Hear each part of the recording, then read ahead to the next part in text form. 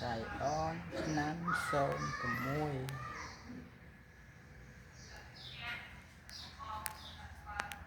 là lệ ếch xù làm cột rồi mày mày là nơi nhái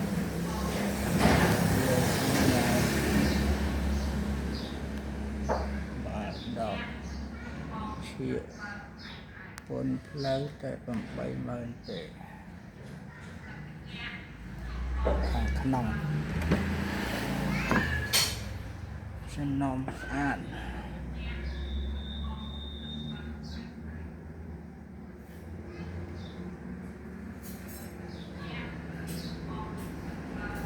phía án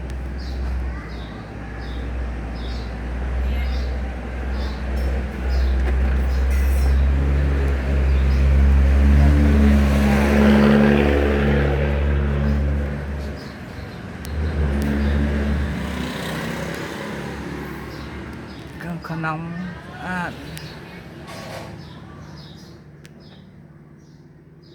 bật vui hai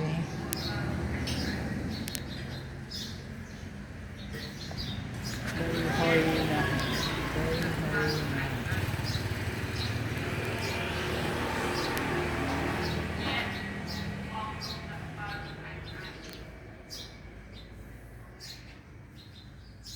lần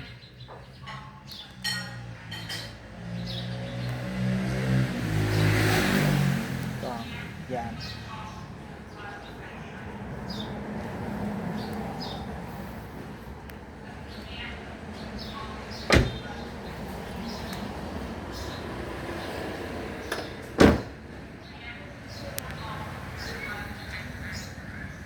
tôi tại tàn play nè